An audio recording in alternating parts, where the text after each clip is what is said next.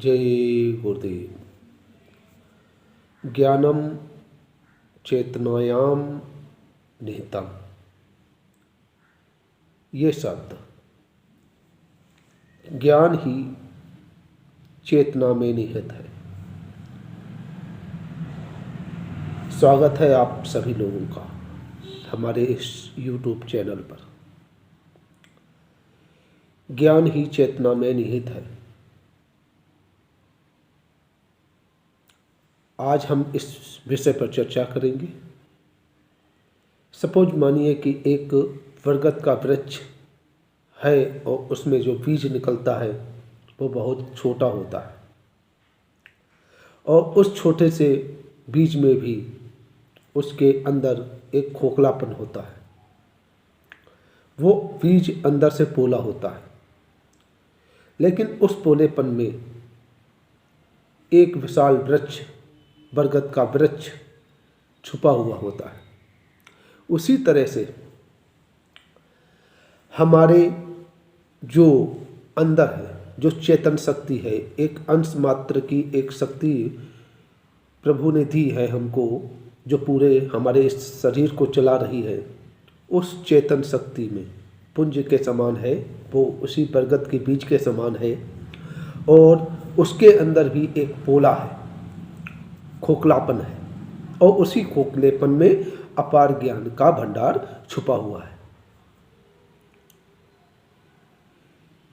जिस प्रकार से हम बरगद के पेड़ को भी भूमि में रोपेंगे और उसको समय समय पर जल देंगे तो वो धीरे धीरे करके एक पौधा बनेगा और पौधा बनने के बाद एक विशाल वृक्ष के रूप में परिवर्तित हो जाएगा। ऐसा होता भी है, आप सभी लोग जानते भी हैं। उसी प्रकार से ही हमारी जो चेतन शक्ति है, उस पुंज में, उस खोखलेपन में अपार ज्ञान का भंडार है। जिस प्रकार से हम उस बीज को जल देंगे, उस बीज को हम सींचेंगे, उसी प्रकार से हम अगर अपनी चेतना में ध्यान के द्वारा उसका जो पानी, पोषण, जो भी कुछ करना है, हम निरंतर करते रहेंगे तो उस ज्ञान के भंडार को हम प्राप्त कर लेंगे और फिर हम को वो परम शक्ति, वो परम ज्ञान हमको मिलेगा और उस परम ज्ञान को प्राप्त करके हम परम ज्ञानी बन जाएंगे। बस हमको ये ज़रूरत है कि उस ज्ञान के भंडार तक पहुँचने की। मेरी ये सब बातें दोस्तों आप लोगों को कुछ अजीब सी लग रही होंगी कि अगर ऐसा है तो आदमी दुखी क्यों है। तो आप थोड़ा सा इतिहास में निकलकर पीछे लौट देखिए। इतिहास के बारे में थोड़ा हम आपको बता देना चाहता हूँ कि कबीरदास का नाम सभी लोगों ने सुना है। उनके दोहे आज भी लोग पढ़ते हैं,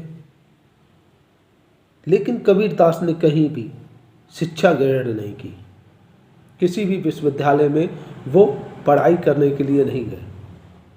तो उनको ये ज्ञान कैसे प्राप्त हो गया दोहे लिखने का। और उन्होंने ऐसे ऐसे दोहे लिखे हैं, कोई आज का पढ़ा लिखा व्यक्ति लिख भी नहीं पाएगा। ऐसी ऐसी सटीक भविष्यवाणियाँ की हैं उन्होंने अपने दोहों में। तो ये सब कैसे हुआ? ये सब उसी से हुआ। उन्होंने अपने अंदर जो ज्ञान का भंडार था उसको प्राप्त कर लिया और ज्ञान के भंडार को जब प्राप्त कर लेता है इंसान तो किसी भी विश्वविद्यालय की ज़रूरत नहीं पड़ती, क्योंकि चारों वेद अपने ही अंदर ही समाहित हैं, अपने ही अंदर मौजूद हैं। आप सूरदास थे जो नेत्रों से नहीं थे, उनके अंधे थे, लेकिन उन्होंने जो कृष्ण की बाल लीलाएं की लिखी अपने दोहों में, वो 100% सही थी। और इस तरह सुंदर सुंदर दोहे लिखे कि कोई भी अच्छा लेक्चरार भी नहीं लिख सकता। वो क्या पढ़े लिखे थे? नहीं, वो पढ़े लिखे नहीं थे। वो उन्होंने ऐसे कैसे कर पाए? वो इसलिए कर पाए कि उन्होंने आत्मज्ञान को प्राप्त कर लिया, उस ज्ञान के भंडार तक वो पहुँच गए। जिन्होंने आपकी रामचरितमानस लिखी, वो तुलसीदास जी, वो कहाँ गए थे? वो कहीं पर किसी विश्वविद्यालय में किसी के पास कुछ सीखने के लिए नहीं गए थे, शिक्षा ग्रहण करने के लिए नहीं गए थे। लेकिन उन्होंने क्या किया? उन्होंने एक पूरी रामायण रामचरितमानस लिख डाली। वो कैसे लिखी?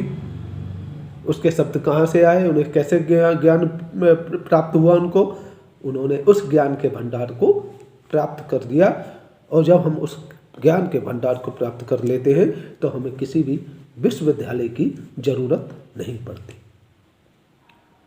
हाँ, हर एक व्यक्ति के, हर एक जिन लोगों का हमने उल्लेख किया, इनके गुरु जरूर थे, लेकिन इन्होंने शिक्षा कहीं से प्राप्त नहीं की थी। उन्होंने शिक्षा केवल यही प्राप्त की थी कि उस ज्ञान के भंडार तक कैसे पहुंचा जाए, क्योंकि उन्होंने एक ध्येय बना लिया था, हम इधर उधर की भटकेंगे, इधर आज थोड़ी शिक्षा लेंगे, थोड़ी उधर लेंगे और थोड़ी उधर लेंगे, तो हम जो काम करने के लिए हमने जो संकल्प लिया है वो हम काम पूरा नहीं कर पाएंगे, क्योंकि जिंदगी बहुत ही छोटी है। काम इतने होते हैं हम लोगों के पास कि जिंदगी छोटी पड़ जाती है। तो उन्होंने सोचा कि हमको एक ऐसी चीज़ बताइए जिसको प्राप्त करने के बाद हम सब कुछ प्राप्त कर लें, जिसको जानने के बाद हम सब कुछ जान सकें। तो उनके गुरु ने उनको एक तकनीक दी, और उस तकनीक का इस्तेमाल करके और उस तकनीक का अभ्यास करके उन लोगों ने उस आत्मज्ञान को, उस ज्ञान के भंडार को प्राप्त कर लिया, और अपने ही जीवन के छोटे से जीवन काल में वो इतना बड़ा काम करके चले गए। और आज हम अपने पूरे जीवन काल में बीवी बच्चों को ही नहीं संभाल पाते, अन्य काम क्या करेंगे? उसकी वजह केवल यही है कि हमें अपने आत्मज्ञान की जानकारी नहीं है और वहाँ तक हम ज्ञान के भंडार में नहीं पहुँच पाए। इस वीडियो के बाद आप ये सोचें, समझें, और आप रात को यह बात सोचना कि हम इस दुनिया में किस लिए आए हैं और हमें क्या क्या काम करने हैं और उन कामों को हम कैसे कर सकते हैं। हमारे इस चैनल को आप सब्सक्राइब भी कीजिएगा, और अपने कमेंट जो भी हो आपके मेरे कमेंट बॉक्स में कीजिएगा।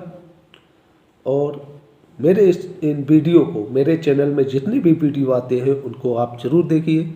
आपको संपूर्ण जानकारी मेरे इस वीडियो चैनल पर मिलती रहेगी। तब तक के लिए जय गुरुदेव, जय महर्षि जी।